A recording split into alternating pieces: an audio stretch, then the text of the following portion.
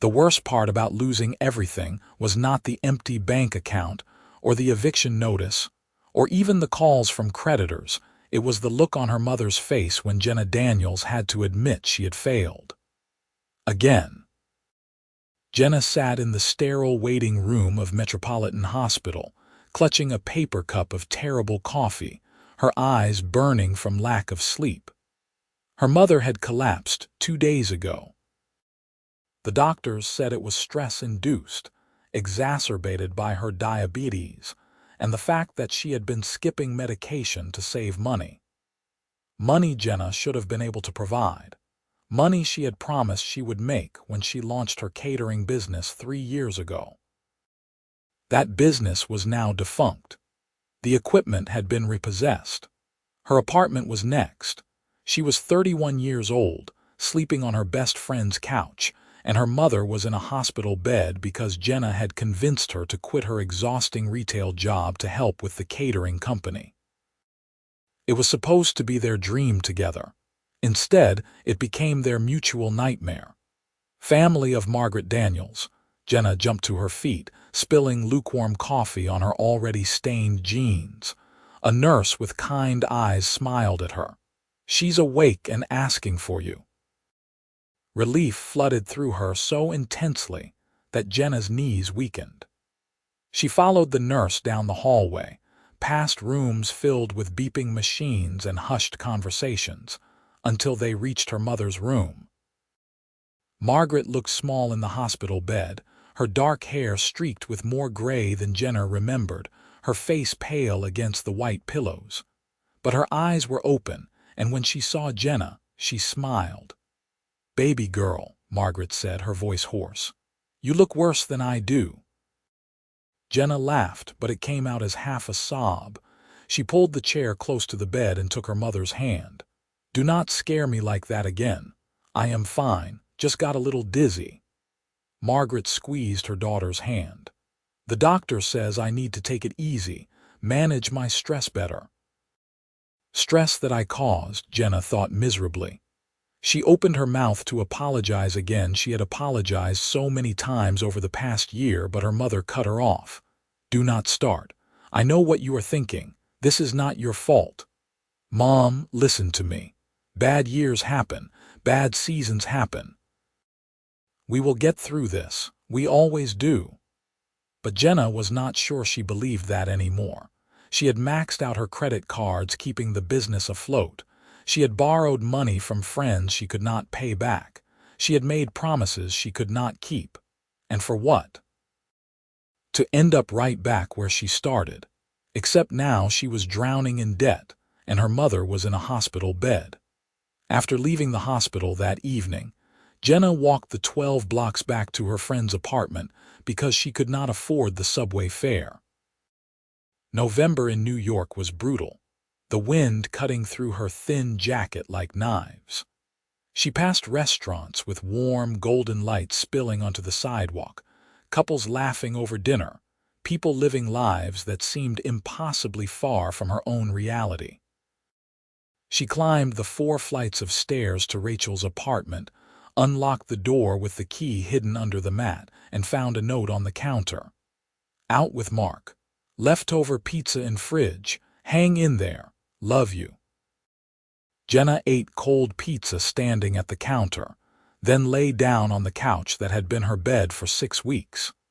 She pulled the thin blanket up to her chin and stared at the water stain on the ceiling until exhaustion finally pulled her under. The next morning, she woke to her phone buzzing. Unknown number. "Hello, is this Jenna Daniels?" The caterer. Jenna sat up, instantly alert despite the early hour. Yes, who is this?" "My name is Patricia.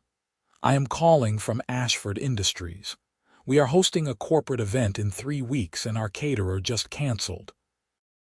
I found your website and your menu looks perfect for what we need. Are you available December 5th?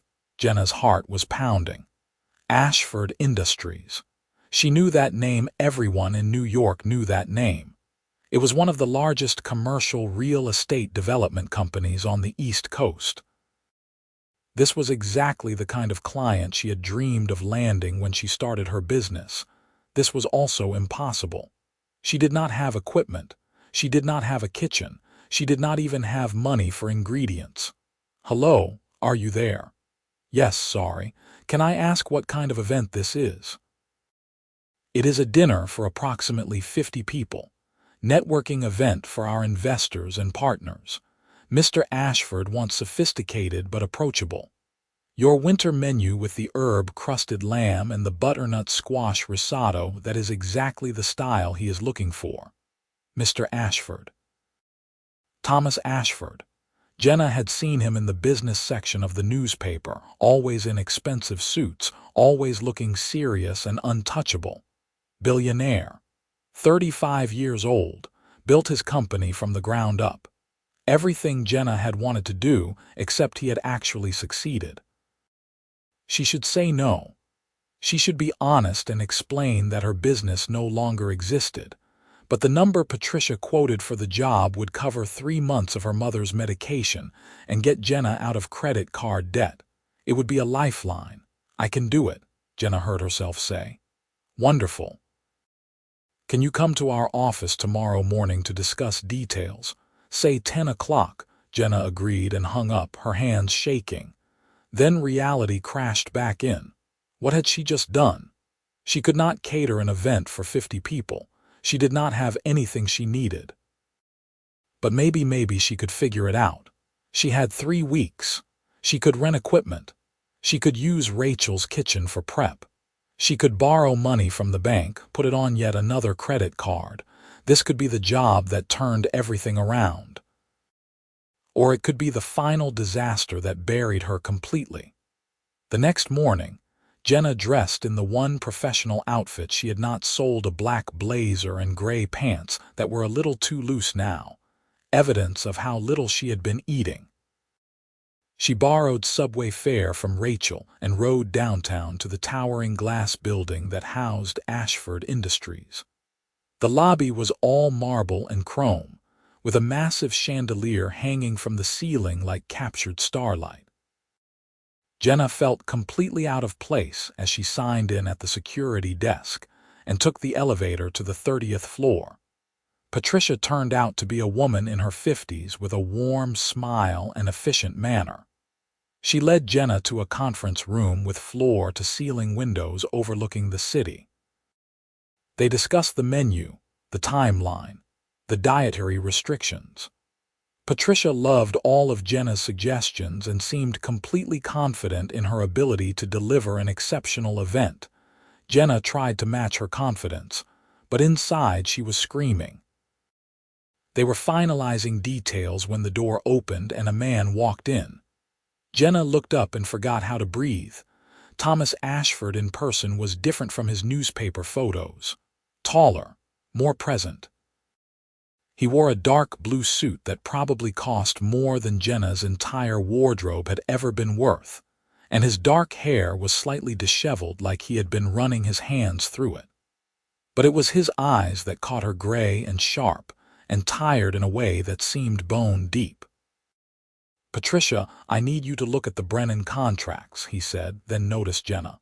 "Sorry, did not realize you were in a meeting. Mr. Ashford, this is Jenna Daniels, the caterer for your December event."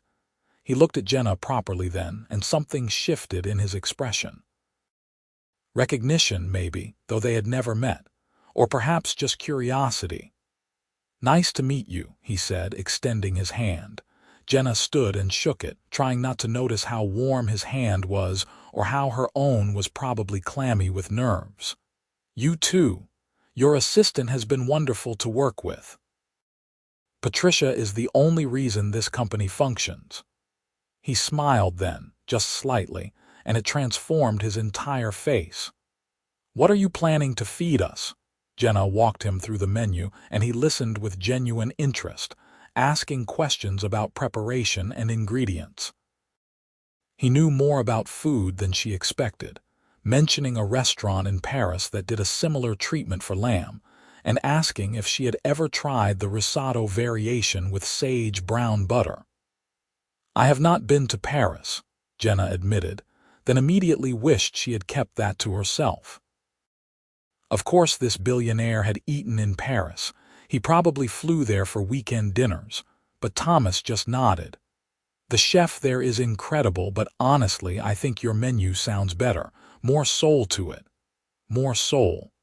Jenna did not know what to say to that, so she just smiled and thanked him. I will let you two finish, Thomas said to Patricia. But Miss Daniels, I look forward to your food. We have had some very disappointing events lately, hoping you will restore my faith in New York caterers. The pressure of that statement sat heavy in Jenna's chest long after he left the room. When she finally escaped the office with a signed contract and a deposit check, Jenna stood on the sidewalk and called Rachel. I just booked a 50-person corporate dinner for a billionaire, and I have no idea how I am going to pull this off, she said without preamble. Rachel laughed. Okay. Come home. We are going to make a plan. That plan turned out to involve Rachel's credit card for equipment rental, Rachel's chef boyfriend Mark helping with prep work, and Jenna working 20-hour days for the next 3 weeks. She tested recipes in Rachel's tiny kitchen until her friend begged for mercy. She negotiated with suppliers who still trusted her. She borrowed serving platters from everyone she knew, and slowly, impossibly, it started to come together. She visited her mother every day, bringing better food than the hospital offered and carefully not mentioning how stressed she was. Margaret was recovering well, scheduled to be released the week before the event. The doctor had adjusted her medications, and Margaret promised to take them regularly to manage her stress to take care of herself. You look tired, baby, Margaret said during one visit, reaching up to touch Jenna's face. Are you sleeping? I am fine. Just busy with a big catering job. You started catering again, just this one event. A good opportunity. Margaret studied her daughter with knowing eyes. You are a wonderful cook, Jenna. You always have been. Do not let one bad year make you forget that. But it had been more than one bad year. It had been 3 years of struggling, of barely breaking even, of watching her savings disappear, and her dreams crumble. This event for Ashford Industries felt less like an opportunity, and more like a final exam she could not afford to fail. The morning of December 5th arrived cold and clear. Jenna had not slept. She and Mark loaded everything into a borrowed van and drove to the Ashford Industries building at dawn. They were setting up in a private event space on the top floor, a stunning room with exposed brick walls, elegant lighting, and those same expansive windows overlooking the city. Patricia was there to help coordinate, along with the events team. They were all professional and friendly, making the setup easier than Jenna had dared to hope. By 4 o'clock, everything was in place. The tables were set with simple white linens and small arrangements of winter greenery. The food was prepped and ready to plate. Jenna changed into the chef's coat she had ironed 3 times and tried to calm her racing heart. You got this, Mark said, squeezing her shoulder. The food is perfect. Just execute the plan. At 6, the guests started arriving.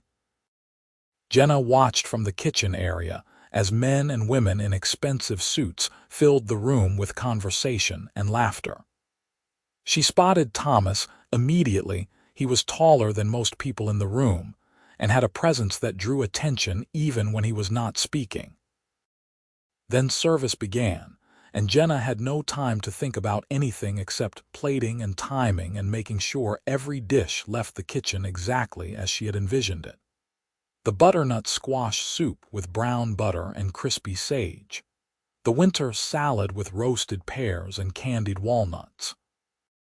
The herb-crusted lamb with roasted root vegetables. The risotto that she had perfected through a dozen trial runs. Patricia came back to the kitchen after the main course. Jenna, people are raving. Mr. Ashford has already asked if you are available for our spring gala.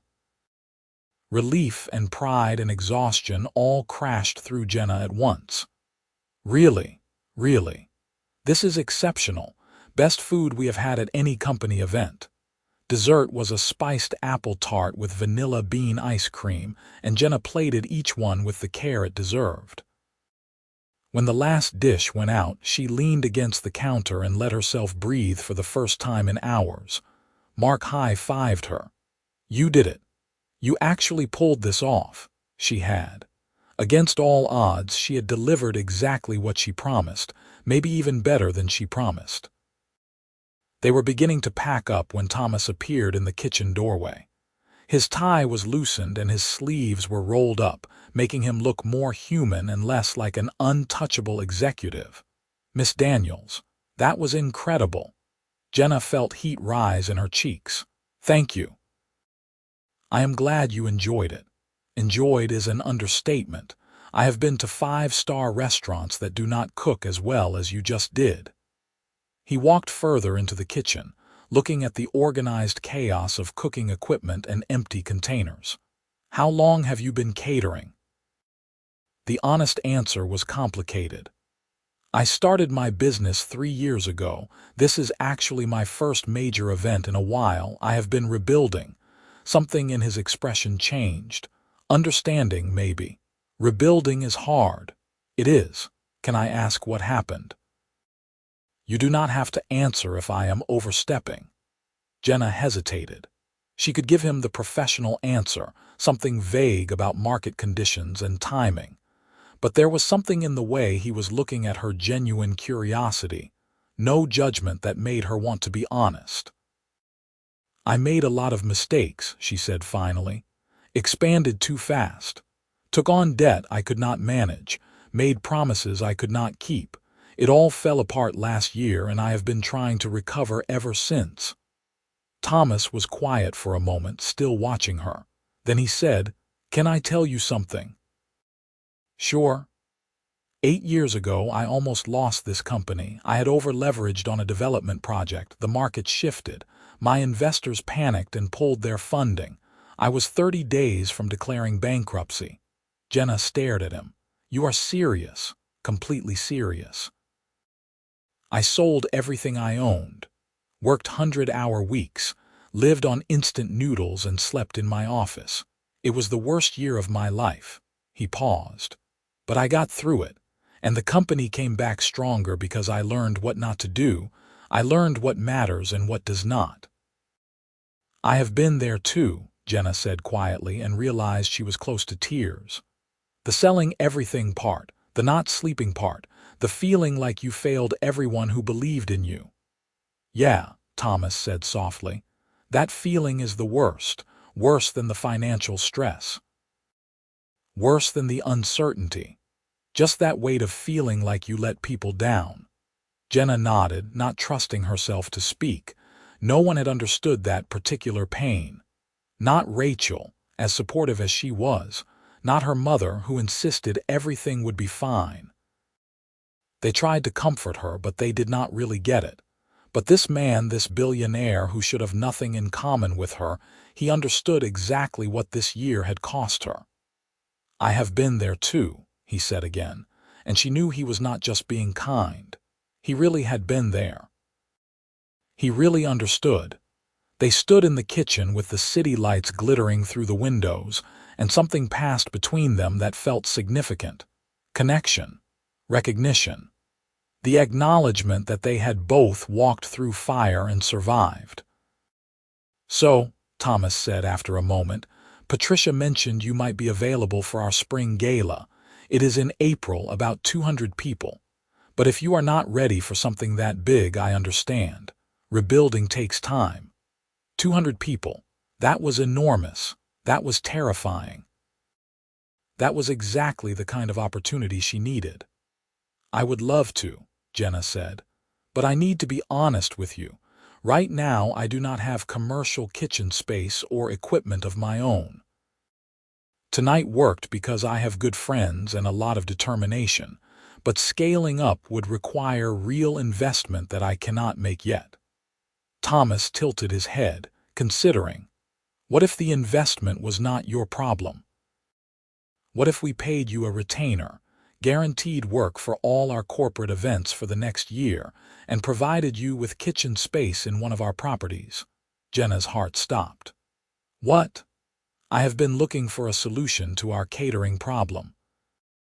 We host dozens of events every year, and finding quality food has been a constant headache. You are talented, professional, and you need resources. I have resources and I need talent. It seems like a logical partnership. You cannot be serious. I am always serious about business. This would be a business arrangement. You would be an independent contractor, not an employee. You could take other clients, but we would have first priority on your schedule, and in exchange, you would have stable income and the space to grow your company the right way this time. It was too good to be true. It had to be.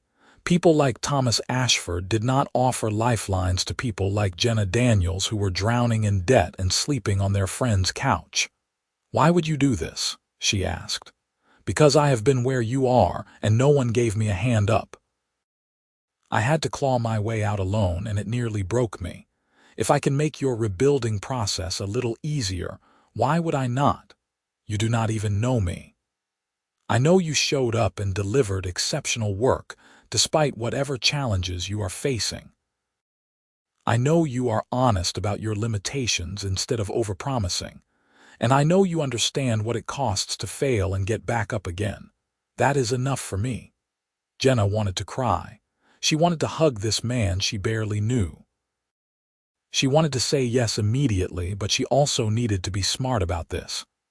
Can I think about it? Look at the contract details, of course. Patricia will send everything over tomorrow. Take your time. He smiled again, that transformation that made him look younger and more approachable. But I hope you say yes. Tonight was proof that you are the real deal, Jenna. You just need the right circumstances to thrive. After he left, Jenna stood in the kitchen and let the tears come. Mark found her like that and pulled her into a hug. What happened? Are you okay? He offered me a contract, Jenna managed. A whole year of work, kitchen space, everything. Jenna, that is amazing, I know. I just cannot believe it is real. But it was real. The contract arrived the next morning and Rachel helped her read through it. Everything Thomas had promised was there in legal language: a generous retainer, guaranteed minimum income, access to a commercial kitchen in one of the Ashford properties in Brooklyn, first priority on their events with the right to take outside clients as availability allowed. It was the answer to every prayer Jenna had not quite dared to pray. She signed the contract and returned it the same day. Patricia called to congratulate her and schedule a meeting to discuss the spring gala. Jenna visited her mother, now home from the hospital and regaining her strength, and told her about the opportunity. Margaret cried and held her daughter close. I knew something good was coming. I knew it. The kitchen space turned out to be in a renovated industrial building in Brooklyn that Ashford Industries had converted to mixed use. The commercial kitchen was on the ground floor, modern and spacious, and absolutely perfect. When Jenna walked in for the first time, she felt like she could breathe properly for the first time in months. Thomas was there to show her around personally, which surprised her. She had expected Patricia or maybe a property manager, not the CEO himself. What do you think? He asked as she examined the 6-burner range and the double ovens. I think this is the nicest kitchen I have ever worked in. Good. There is storage space in the back, and you can customize the organization however you need. If you need any additional equipment, let me know and we will get it ordered. Jenna turned to face him. Why are you really doing this?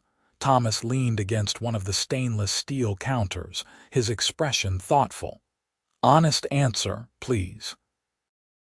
Because 8 years ago, when I was about to lose everything, I wished someone would see that I was not a failure, that I just needed a chance to prove what I could do without the weight of the world crushing me. No one did. I survived, but it was brutal and lonely, and I swore if I ever got the chance to be that person for someone else, I would. He met her eyes. You remind me of myself back then. The determination, the talent, the fear that you might not make it. I want to see what you can build when you are not just trying to survive. Jenna did not know what to say to that. The kindness of it, the generosity, felt almost overwhelming. Thank you, she finally managed. I will not let you down. I know you will not. But Jenna, even if something goes wrong, even if an event does not go perfectly, that would not be letting me down. I am not expecting perfection. I am expecting your best effort. There is a difference. Over the following weeks, Jenna threw herself into building her business the right way this time. She hired 2 part-time assistants. She created systems for inventory and planning. She started taking other clients' smaller events, private dinners, and found she could manage the workload now that she had proper space and resources. She moved out of Rachel's apartment and into a small studio that she could actually afford. She paid off her credit cards. She set up a payment plan for her mother's medical bills. Slowly, steadily, her life started to feel stable again. The spring gala was scheduled for April 12th. 200 people. A 5-course dinner. The biggest event Jenna had ever coordinated. She planned meticulously, testing recipes and timing, hiring additional temporary staff, coordinating with Patricia on every detail. Thomas checked in periodically, a text asking how planning was going, an email with a particular dietary restriction for one of the guests. The messages were always professional but friendly, and Jenna found herself looking forward to them more than was probably wise. Because somewhere in the process of rebuilding her business and her life, she had started to notice things about Thomas Ashford that had nothing to do with their professional relationship. The way he rolled up his sleeves when he was thinking hard about something. The way he listened when people talked, really listened, giving them his full attention. The rare smile that changed his whole face. The kindness underneath the serious businessman exterior. She told herself it was just gratitude. He had helped her when she needed it most. Of course, she felt warmly toward him.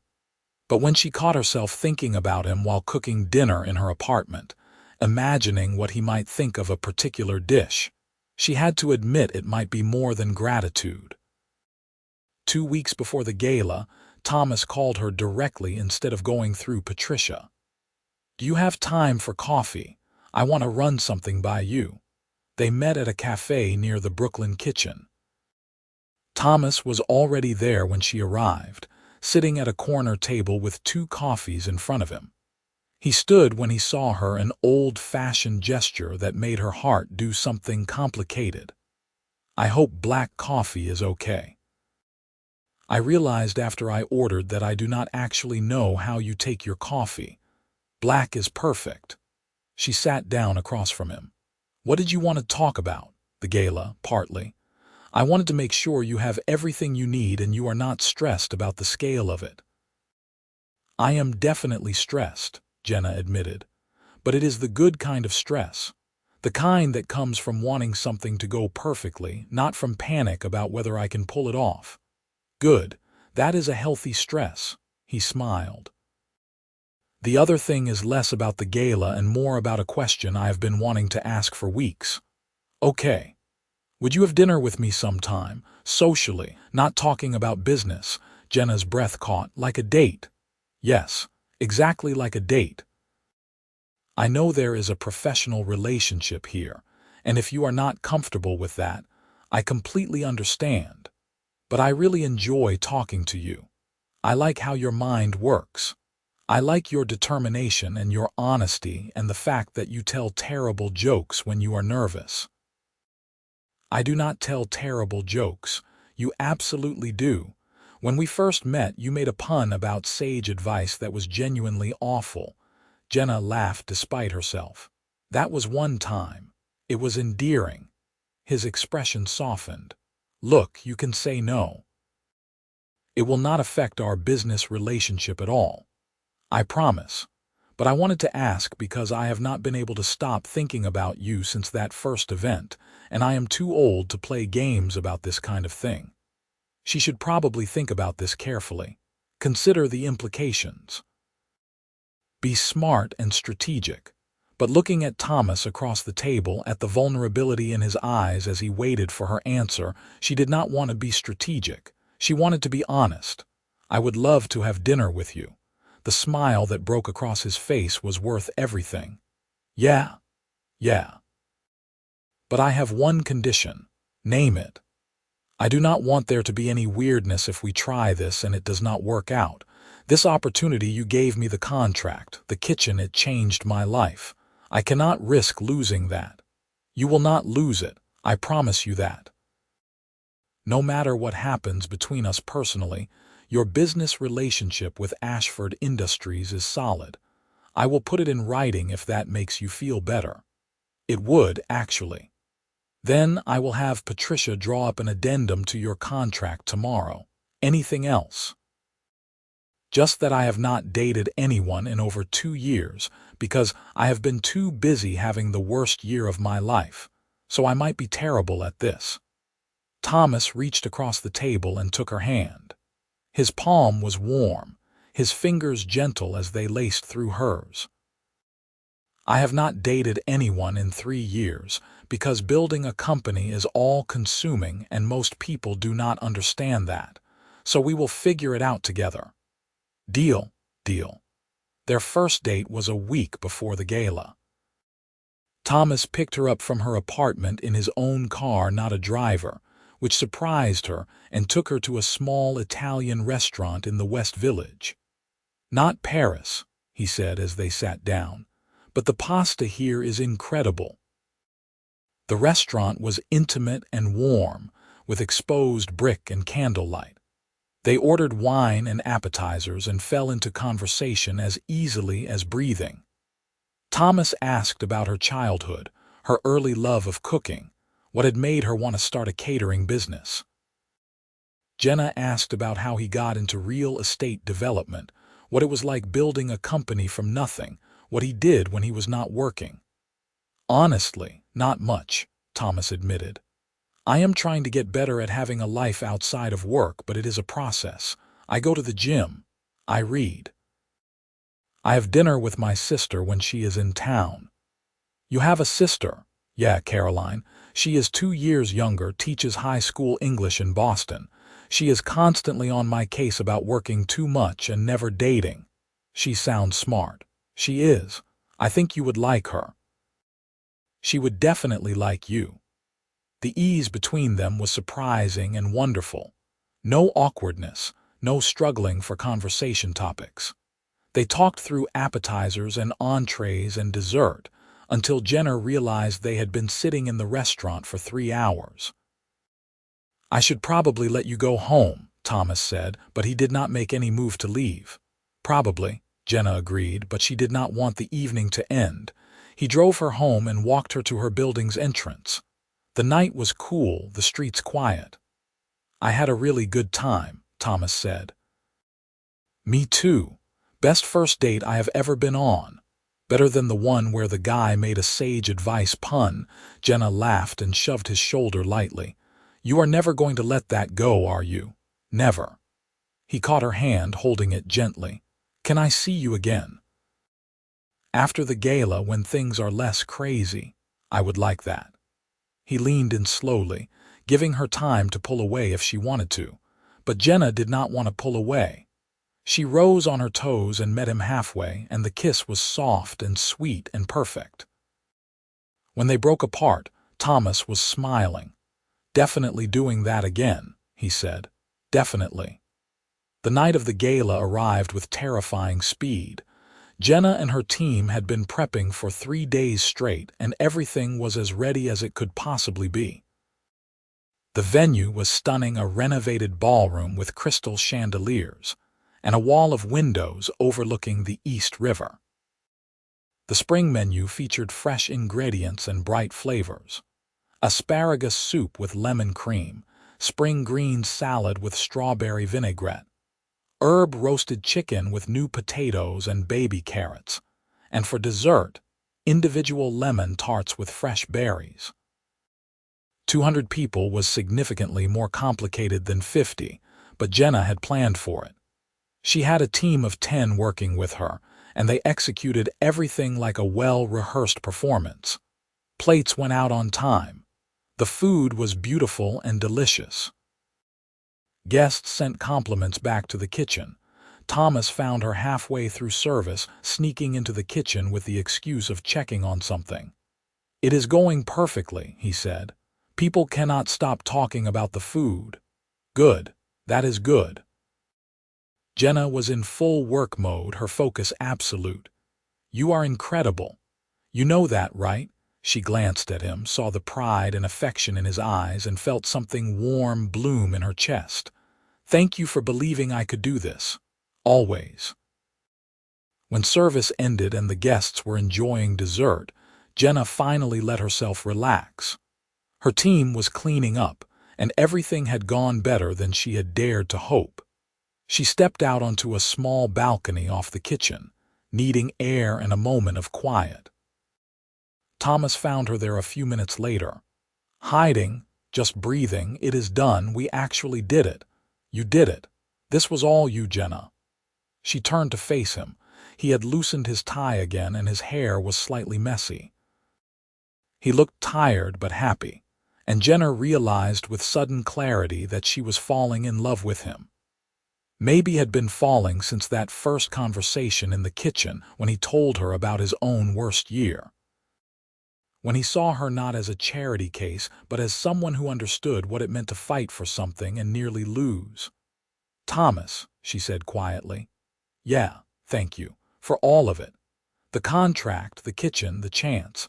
But mostly for understanding why this year has been so hard. No one else has really gotten that."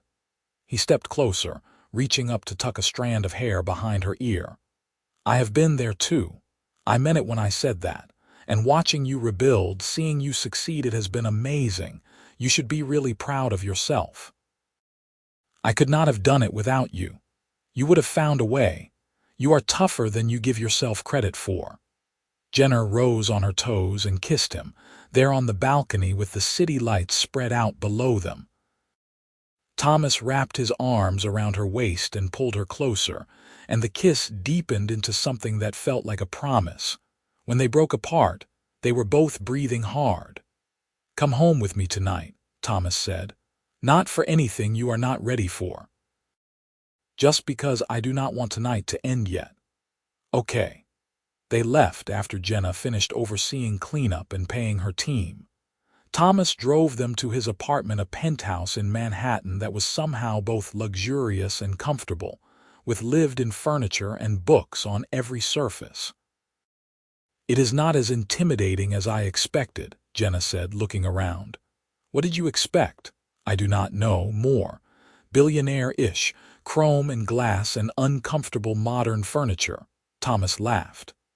"I spend enough time in offices with chrome and glass. Home should actually feel like home." They sat on his couch with glasses of wine, talking until early morning. Jenna told him about her mother's health improving, about the relief of finally feeling stable again. Thomas told her about the new development project he was nervous about his sister visiting next month, about how he had not realized how lonely he was until he met Jenna. "I thought I was fine," he said. "I had work. I had success. That was enough. But then you walked into that kitchen after the first event, and you were so honest about struggling, and I realized how much I missed connecting with someone real. Someone who understood what it actually takes to build something." "I am glad you offered me that contract," Jenna said softly. "For a lot of reasons, but mostly because it meant meeting you. Best business decision I ever made." Jenna fell asleep on his couch, her head on his shoulder, feeling safer and more content than she had in years. Over the following months, Their relationship deepened in the way of people who had both learned not to take good things for granted. They were honest with each other, communicating openly about what they needed and what scared them. Thomas was patient with Jenna's occasional panic about whether she was really okay now, whether everything might fall apart again. Jenna was understanding when Thomas got consumed by work for days at a time, knowing it was not about her, but about the pressure he put on himself. They had dinner with his sister Caroline when she visited in May. Caroline was sharp and funny and immediately liked Jenna, pulling her aside at one point to say, "I have never seen my brother this happy. Thank you for that." In June, Jenna finally felt stable enough to hire full-time staff and expand her client list. The business was thriving in a way it never had before, sustainable and growing. She could pay all her bills with money left over. Her mother was healthy and happy, talking about maybe coming to work for Jenna part-time if she wanted help. In July, Thomas took Jenna to Paris. "You said you have never been," he explained, "and I want to see it through your eyes." They ate at the restaurant he had mentioned with the incredible lamb, and he was right, the food was exceptional. But Jenna liked her own version better and told him so. Thomas laughed and kissed her in the middle of the restaurant, not caring who saw. They walked along the Seine at sunset and Thomas took her hand. "I love you," he said. "I know it has only been 6 months, but I love you. You do not have to say it back if you are not ready. I just needed you to know." Jenna stopped walking and turned to face him fully. "I love you too. I have loved you since the night of the gala, maybe before that. You changed my entire life, Thomas. You changed mine too. Before you, it was just work. Just building and acquiring and succeeding. You reminded me why any of it matters." When they returned to New York, they started talking seriously about the future. Thomas wanted her to move in with him. Jenna said yes, but asked for time to make sure her business was stable enough that she could afford to keep her own apartment if things went wrong. Thomas understood, even though they both knew things were not going to go wrong. In September, Jenna catered an event for 300 people at a museum, her biggest job yet. Thomas came as a guest, bringing Caroline, who was visiting again, and they both watched with obvious pride as Jenna's team executed everything flawlessly. Afterward, Caroline hugged Jenna tight and whispered, "You are going to be my sister-in-law. I am calling it now." By October, Jenna had moved into Thomas's penthouse. She kept her studio apartment as office space for her business, a decision that felt both practical and symbolic. She had her own space, her own success, her own identity. But she came home every night to Thomas, to their shared life, to love that felt solid and real. 1 year after that first event, on a cold December evening, Thomas took Jenna back to the kitchen where they had first really talked. He had arranged for them to have the space alone, and when she walked in, the counters were covered with candles. "What is this?" Jenna asked. "This is where I first understood who you were," Thomas said, taking her hands. "Where I told you about my worst year and you understood in a way no one else ever has. This is where we started, really. And I wanted it to be where we take the next step." He got down on one knee, and Jenna stopped breathing. "Jenna Daniels, you are the strongest, most talented, most incredible person I have ever met. You fight for what you believe in. You create beauty and meaning through your work. You made me believe in partnership and love and building a life that matters beyond just success. Will you marry me?" The ring was perfect, simple, and elegant. But Jenna barely looked at it because she was too busy saying yes through happy tears, pulling Thomas to his feet and kissing him like her life depended on it. They were married in May, a year and a half after they met. The ceremony was small, just family and close friends, but the reception was a celebration of food and love and everything they had built together. Jenna catered her own wedding with help from her staff, creating a menu that told the story of their relationship. Dishes from that first event, the spring gala, their trip to Paris, and new creations that represented their future. Margaret cried through the entire ceremony, holding hands with Thomas's mother, the two of them already close friends. Caroline gave a toast about how her brother had been married to his work, until he met a woman stubborn enough to compete with real estate development and win. Thomas and Jenna bought a brownstone in Brooklyn, close to the kitchen where Jenna ran her increasingly successful business. She had a staff of 15 now, taking on corporate events and private dinners, and even a few small weddings. The business that had almost destroyed her was now thriving beyond her wildest dreams. But more than the success, more than the financial stability, Jenna had found something she had been too tired and scared to look for during her worst year: partnership. Love. Someone who understood exactly what it meant to fail and get back up, to fight for what you believed in, to refuse to give up even when everything seemed impossible. 2 years after they married, Jenna found out she was pregnant.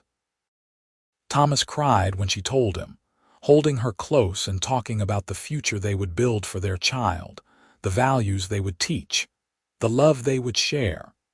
Their daughter Emma was born on a snowy December evening, exactly 4 years after that first event that changed everything. Thomas held her with the same careful attention he brought to everything important, and Jenna watched her husband become a father with a full heart. Margaret came to help during those first overwhelming weeks, cooking for them while Jenna figured out how to be a mother and run a business. "You did good, baby girl," Margaret said one evening, watching Thomas give Emma a bottle while humming softly. "You found one of the good ones." "I really did." When Emma was 6 months old, Jenna decided to write her story. Not for publication, just for herself, a way to remember where she had been and how far she had come. She wrote about the worst year of her life, about losing her business and her apartment and nearly losing her mother, about feeling like a complete failure at 31, about the desperate phone call that led to a single event that changed everything. She wrote about Thomas walking into that kitchen after the first event and telling her about his own worst year, about how those words, "I have been there too," had meant more than any generic encouragement could have, about how he saw her not as broken but as rebuilding, not as a failure but as someone who understood what real success cost. And she wrote about the life they built together, the business that flourished, the love that deepened, the family that grew. The happy ending she had stopped believing was possible. On their 5th wedding anniversary, Jenna and Thomas went back to that same Italian restaurant where they had their first date. They held hands across the table and talked about everything and nothing, the ease between them even deeper after years of marriage and parenthood. "You ever think about that first night we met?" Thomas asked. "All the time. I think about how scared I was, how certain that everything was falling apart forever. I knew you would make it. From that very first conversation, I knew you had what it took. You did not know that. You took a chance on me." "I took a chance on us," Thomas corrected. "Because I recognized something in you that I saw in myself, that determination, that refusal to stay down. I have been there too, remember." Jenna raised her wine glass. "To the worst years of our lives that led us to the best." Thomas clinked his glass against hers. "And to all the years ahead."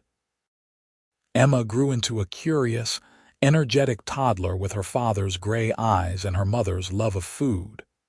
By the time she was 3, she insisted on helping Jenna in the kitchen, standing on a stool to stir batter and taste sauces. Thomas would come home from work to find his daughter covered in flour, proudly presenting him with lopsided cookies she had made herself. Jenna's business continued to grow, but she had learned from her mistakes. She expanded carefully, never taking on more than she could handle, always maintaining the quality that had become her signature. Thomas's company thrived as well, but he had learned to delegate and balance, making sure he was present for his family. On weekends, they walked through Brooklyn as a family, Emma between them holding both their hands, and Jenna marveled at how different her life was from that terrible November 5 years ago, when she had been sleeping on Rachel's couch and wondering if things would ever get better. They got better. They got beautiful. When Emma was 5 and starting kindergarten, Jenna and Thomas decided to have another child. Their son Noah was born the following spring, and their family felt complete. 2 children, a beautiful home, thriving careers, and love that had been tested and proven strong. Margaret remained healthy, celebrating her 65th birthday surrounded by family. She had started working part-time for Jenna, handling administrative tasks and customer service from home. "Never thought I would work for my daughter," she joked. "But I also never thought my daughter would own one of the most successful catering companies in New York." Rachel and Mark got married, and Jenna catered their wedding as a gift. Standing in the kitchen preparing food for her best friend's celebration, Jenna thought about how Rachel had given her a couch to sleep on during the worst time of her life. How that generosity had helped her survive long enough to take the call from Patricia at Ashford Industries. How everything was connected: the kindness of friends, the chance opportunities, the willingness to try again after failing. 10 years after they met, Thomas and Jenna renewed their vows. It was Emma's idea. She had learned about vow renewals at school and insisted her parents needed one. They held the ceremony in the Brooklyn brownstones' backyard, with Emma as the flower girl and Noah as the ring bearer, both taking their jobs incredibly seriously. Thomas spoke his vows with tears in his eyes. 10 years ago, I told you that you reminded me of myself during my worst year. What I did not tell you then was that meeting you was the beginning of my best years. You made me believe in more than just success. You taught me about partnership and resilience and creating a life that matters. I love you more today than the day we married, and I will love you more tomorrow than today." Jenna could barely speak through her own tears. "You saw me when I was broken, and you did not try to fix me. You just stood beside me and said you had been there too. That changed everything. You gave me a chance when no one else would. You believed in me when I did not believe in myself. And then you loved me, thoroughly and completely, in a way I never expected to find. You are my partner, my love, my home. Thank you for every day of these 10 years. Emma sobbed happy tears throughout the entire ceremony, and Noah kept asking why everyone was crying if they were happy. After the vows, they had a celebration dinner catered by Jenna's team, but dishes she had personally designed to represent their journey together. As the evening wound down and the children were finally asleep, Thomas and Jenna sat together on their back porch, watching the stars emerge in the Brooklyn sky. "You remember what you said to me after that first event?" Thomas asked. "When I told you about almost losing the company?" "I said I had been there too." "Yeah. And in that moment I knew. I did not know we would get married or have kids or build this whole life together. But I knew you understood something fundamental about who I was and what it took to get here. That shared understanding, it is the foundation of everything." Jenna leaned against his shoulder. "I was so scared that night, terrified I had made promises I could not keep, that I was going to fail again. And then you walked in and saw me, really saw me, and everything shifted.